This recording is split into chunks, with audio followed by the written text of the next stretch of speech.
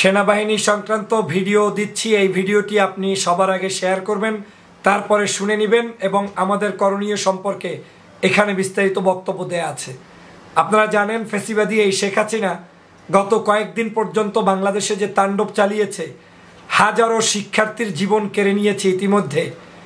আর পত্রপত্রিকার আলোকেও শত শত শিক্ষার্থী ইতিমধ্যে তাদের জীবন বিলিয়ে দিয়েছে। এই কঠিনতম সময়ে তার শেষ লড়াইয়ের জন্য সেনাবাহিনীকে নামিয়েছেন এবং কারফিউ জারি করেছেন।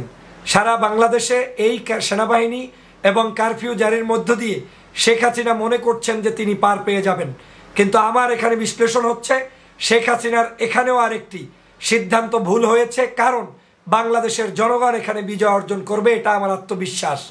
এই বাংলাদেশে আপনি যেমন মজলুম, আজকের বাংলাদেশের সেনাবাহিনীও মজলুম। তাদের উপরই এই শেখ হাসিনা প্রথম যখন ক্ষমতায় এসেছে, সর্বপ্রথম ক্ষমতায় আসার মধ্য দিয়ে কয়েকদিনের মধ্যে তিনি বাংলাদেশের সেনাবাহিনীর উপরে আক্রমণ করেন বিনদেশি এক তাবেদার দালালদের প্ররোচনায় পড়ে। 57 জন সেনা অফিসার একদিনে হত্যা হয়েছে, যেটা আমাদের ইতিহাসে বাংলাদেশের স্বাধীনতা যুদ্ধে একত্রে কোনোদিন এরকম 57 জন সেনা অফিসার এত বড় বড় উচ্চপদস্থ র্যাঙ্কের কেউ শহীদ হয়নি। আজকে তারা নির্যাতিত, কিন্তু তারা কথা বলতে পারে নাই এই ফ্যাসিবাদের কারণেই, কারণ তাদের চাকরির জন্য, পরিবারের জন্য। আজকের এই 57 পরিবারের স্ত্রী, পুত্র, সন্তান, মা, বাপ, ভাই, বোন, আত্মীয় স্বজন, এই তার সন্তান কিংবা আত্মীয়কে হারানোর বেদনা কখনোই মুছে যায়নি। 57 জন পরিবার সেনা পরিবারেরই সদস্য, অতএব তারা এই সেনা পরিবারের পাশে দাঁড়াবেন, সেই উদাত্ত আহ্বান থাকবে। আপনারা এই সেনা পরিবার সেনাবাহিনীকে বলবেন রাজপথে আসবেন, আপনারাও নামবেন, আপনারাও ব্যানার নিয়ে সেনাবাহিনীর সামনে দাঁড়িয়ে বলবেন যে এখন আমাদের এই যে জুলুম করে আমার আত্মীয়দেরকে, আমার পরিবারকে হারানো হয়েছে, তাদের প্রতিশোধ নেওয়ার সময় হয়েছে। দ্বিতীয় হচ্ছে, বাংলাদেশের সেনাবাহিনীকে আজকের পুলিশের চাইতেও একেবারে নিম্ন পদস্থ বানিয়ে দেওয়া হয়েছে। বাংলাদেশের একজন পুলিশের আইজির যে সম্মান সেনাবাহিনীর প্রধানের, সেই সম্মানটুকু পর্যন্ত বাংলাদেশে নাই। এর কারণ হচ্ছে পুলিশ যে পরিমাণ ফ্যাসিবাদের তাবেদারি করছে, দালালি করছে, এবং তিনি যে পরিমাণ ফ্যাসিলিটিস পাচ্ছে, একজন সেনাপ্রধান সেইটা পাচ্ছে না। অতএব সেনাবাহিনীরই স্বার্থে, সেনাবাহিনীর তাদের ওয়েল স্পেস তৈরির জন্যই তাদেরকে এখন ফ্যাসিবাদের শেখ হাসিনার বিরুদ্ধে দাঁড়ানো এখন সময়ের দাবি। আমি মনে করি সেনাবাহিনী সে কারণেও আমাদের দেশবাসীর পক্ষে থাকবে। তৃতীয় হচ্ছে, বাংলাদেশের সবচাইতে একটা সেক্টর না হলে কোনো দেশ উন্নত হতে পারে না, সেটা হচ্ছে মেধাবী শিক্ষার্থী। বাংলাদেশের শিক্ষার্থীদের আন্দোলনের বিরুদ্ধে গিয়ে শিক্ষার্থীদেরকে হত্যা করে, নির্যাতন করে সেনাবাহিনী কখনোই তাদের নামের সাথে শিক্ষা বিরোধী এই কলঙ্ক যুক্ত করতে পারে না, এটা আমার বিশ্বাস। এতটুকু বিশ্বাস আমার আছে। অতএব শিক্ষার্থীদের বিরুদ্ধে কোনো সেনাবাহিনীর লোক দাঁড়াবেন না, তাদেরকে গুলি করবেন না, তাদের উপরে জুলুম করবেন না, হিতে বিপরীত হয়ে যাবে। বাংলাদেশের সমগ্র নাগরিক যেটা চায়, শিক্ষার্থীরা যেটা চায়, আপনারাও আপনাদের ট্যাঙ্ক, আপনাদের অস্ত্র, আপনাদের শক্তি জনতার কাতারে মিক্স করে তারপরে জনতার, সিপাহী জনতার একটা বিপ্লব সংগঠিত করবেন, সেটা আমি প্রত্যাশা করি। চতুর্থত হচ্ছে, বাংলাদেশের মানুষ জানে দীর্ঘদিন পর্যন্ত ফ্যাসিবাদী শেখ হাসিনা ভোট ছাড়া নির্বাচন করছে। এদেশের সেনাবাহিনী ভালো করে জানে যে শেখ হাসিনাকে কেউ পছন্দ করে না। এদেশের 2% মানুষও তার সমর্থনে নাই। আর তা যে নাই, সেটা গত 2 দিনে আমাদের শিক্ষার্থীরা দেখিয়ে দিয়েছে।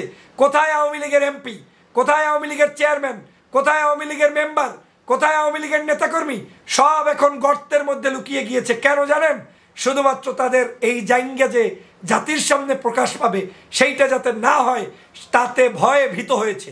অনেকে দেশ ত্যাগ করেছে, অনেকে বিভিন্ন জায়গায় পলায়ন শুরু করেছে, অনেকে আমাদের মতো লোকদের সাথে যোগাযোগ রক্ষা করে আগামী দিনে ভালো থাকতে চাচ্ছে।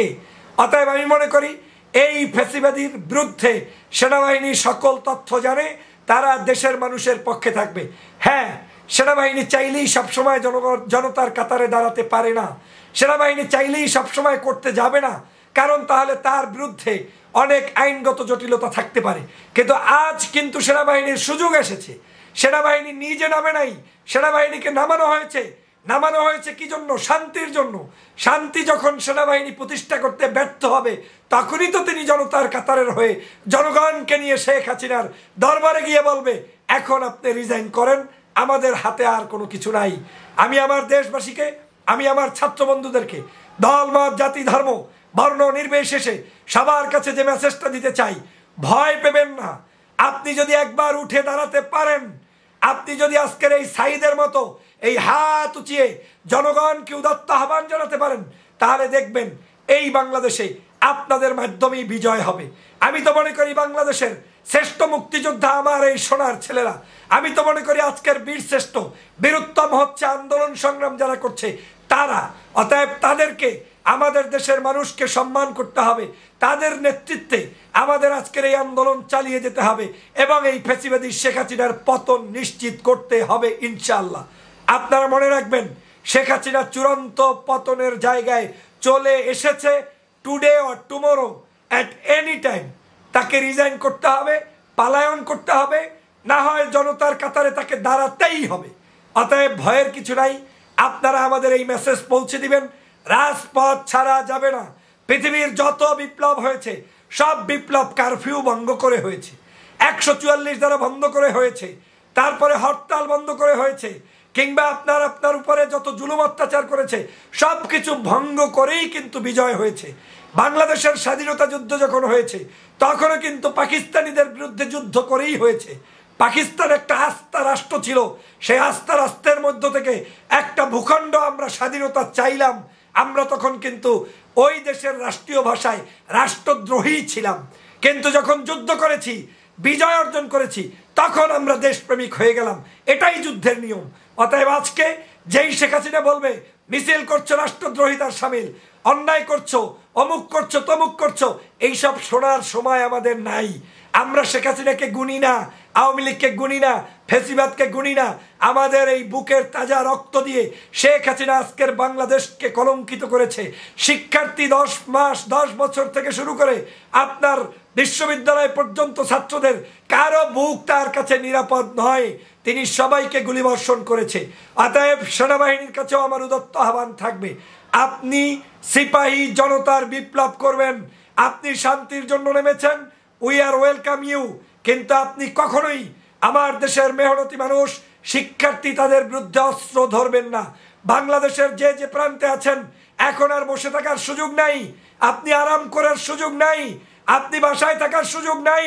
ওদের প্রত্যেকটি পাড়ায়, মহল্লায়, থানায়, টিভি সেন্টার, প্রত্যেকটি জায়গা, বাংলাদেশের সকল ইনস্টিটিউশন, সব কিছু রক্ষার দায়িত্ব আমাদের।